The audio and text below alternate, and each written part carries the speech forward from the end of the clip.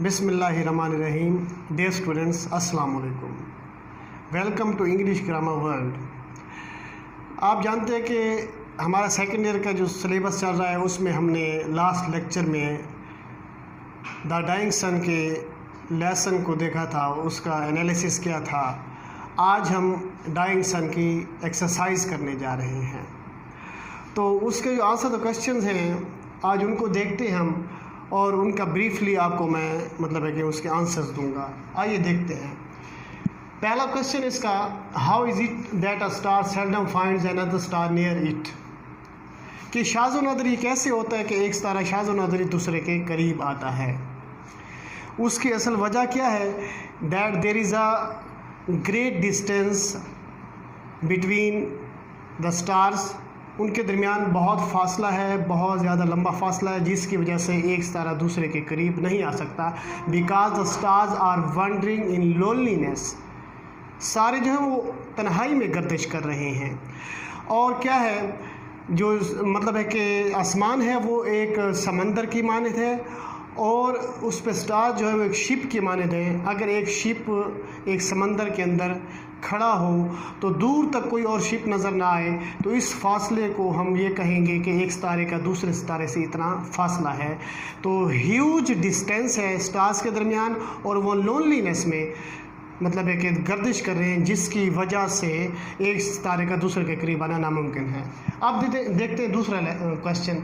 What happened when according to sir James Jeans a wandering star wandering through space came near the sun, कि sir James jeans के मुताबिक ये जब एक गर्दिश करता हुआ सितारा सूरज की सतह के करीब आया था तो क्या हुआ था। अब ये क्वेश्चन नंबर 2 है। तीसरा क्वेश्चन नंबर 3 है कि what happened when the wondering star came nearer and nearer, कि जब वो सितारा गर्दिश करता हुआ करीब से करीब तर आ गया सूरज के, तो तब क्या हुआ। ये है तीसरा क्वेश्चन। और चौथा क्वेश्चन है, what are planets and how did they come into existence, के सियारे क्या हैं और वो किस तरह वजूद में आए। ये 3 क्वेश्चन मैंने पढ़े हैं। इन तीनों क्वेश्चन का सेम आंसर है, एक ही जवाब है इनका। वो आंसर मैं आपको बताने जा रहा हूँ, आप उसको गौर से सुनिएगा। ऐसे हुआ था, when a wandering star wandering through space came near the sun, जब एक गर्दिश करता हुआ सितारा सूर्य के करीब आया, it raised into a big mountain, तो इसने एक बड़े पहाड़ की शक्ल अख्तियार कर ली। और जब इस पर सूरज की रेडिएशन पड़ी तो इट टोर इनटू पीसेस, तो ये जो पहाड़ था ये टुकड़े टुकड़े हो गया। And these pieces fail into the space, और ये जो टुकड़े थे ये खला में गिर गए। And they began revolve around the sun, और उन्होंने सूरज के गिर्द गर्दिश करना शुरू कर दिया। And they are known as planets, और इनको सयारे कहा जाता है। ये इसका जवाब है दूसरे, तीसरे और चौथे क्वेश्चन का। अब आते हैं 5वें क्वेश्चन की तरफ। Why is there no life on stars, के सितारों पर ज़िंदगी क्यों नहीं है। Stars are a burning ball of fires, ये जलती हुई गैसों का एक मादा है, और लाइफ जो है ना ही कोल्ड में एग्जिस्ट करती है और ना ही हीट में एग्जिस्ट करती है। और जो सितारे हैं वो बहुत ज़्यादा गर्म हैं, और वहाँ पे मॉडरेट टेम्परेचर नहीं है। हॉटनेस होने की वजह से वहाँ पे लाइफ एग्जिस्ट नहीं करती, क्योंकि लाइफ के एग्जिस्ट करने के लिए 4 चीज़ें बहुत ज़रूरी हैं, जिसमें मॉडरेट टेम्परेचर है, जिसमें एयर है, वाटर है और लाइट है। और सबसे बढ़ के मॉडरेट टेम्परेचर है, जो कि स्टार्स पर नहीं है, because they are big burning balls of fire. ठीक है, ये इसका आंसर है। और उसके बाद आ जाते हैं हम अपने क्वेश्चन नंबर 6 की तरफ। Right a note on the beginning of life on earth, कि ज़िंदगी ज़मीन पर कैसे वजूद में आई थी। उसका सर जेम्स ने जो नज़रिया पेश किया है वो ये है कि life came into existence in a simple living organism, एक सादा सा जरसूमा था, उसकी शक्ल में वजूद में आई। Then it change into complex situation, complex organism, फिर इसने कम्प्लेक्स ऑर्गेनिज्म की शक्ल अख्तियार कर ली। Then it change into human beings, फिर इससे इंसान बने थे। यानी पहले सिंपल ऑर्गेनिज्म की शक्ल में आई थी, फिर वो उसने कम्प्लेक्स ऑर्गेनिज्म की शक्ल अख्तियार की, उसके बाद ये ह्यूमन बीइंग्स की शक्ल अख्तियार कर गए। इस तरह इंसानियत वजूद में आई। उसके बाद नेक्स्ट क्वेश्चन है, why is the universe of which our earth is a part so frightening, give as many reasons as you can.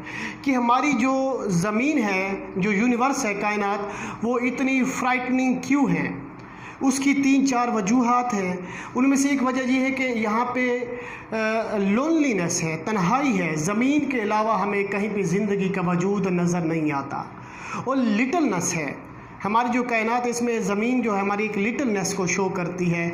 और इसके अलावा लॉन्ग स्ट्रेचेस ऑफ टाइम है, वक्त का एक लंबा फैलाव है। और इसके बाद ये मतलब है कि इस वजह से सो फ्राइटनिंग लगती है।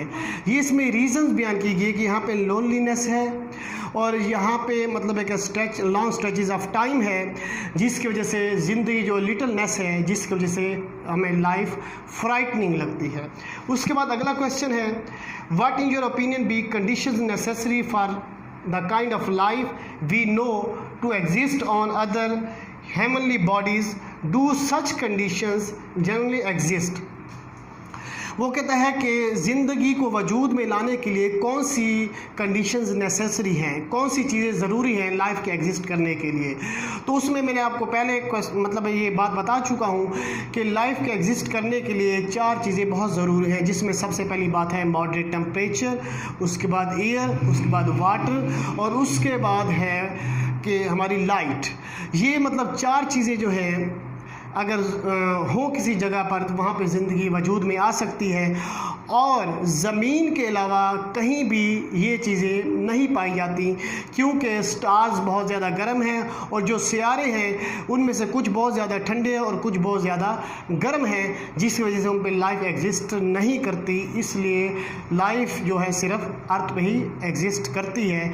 ये थे हमारे फर्स्ट लेसन के आंसर 2 क्वेश्चंस। उम्मीद है कि आपको ये क्लियर हो चुके होंगे। इंशाल्लाह नेक्स्ट लेक्चर में एक नए टॉपिक के साथ मिलेंगे। तब तक अल्लाह हाफ़िज़।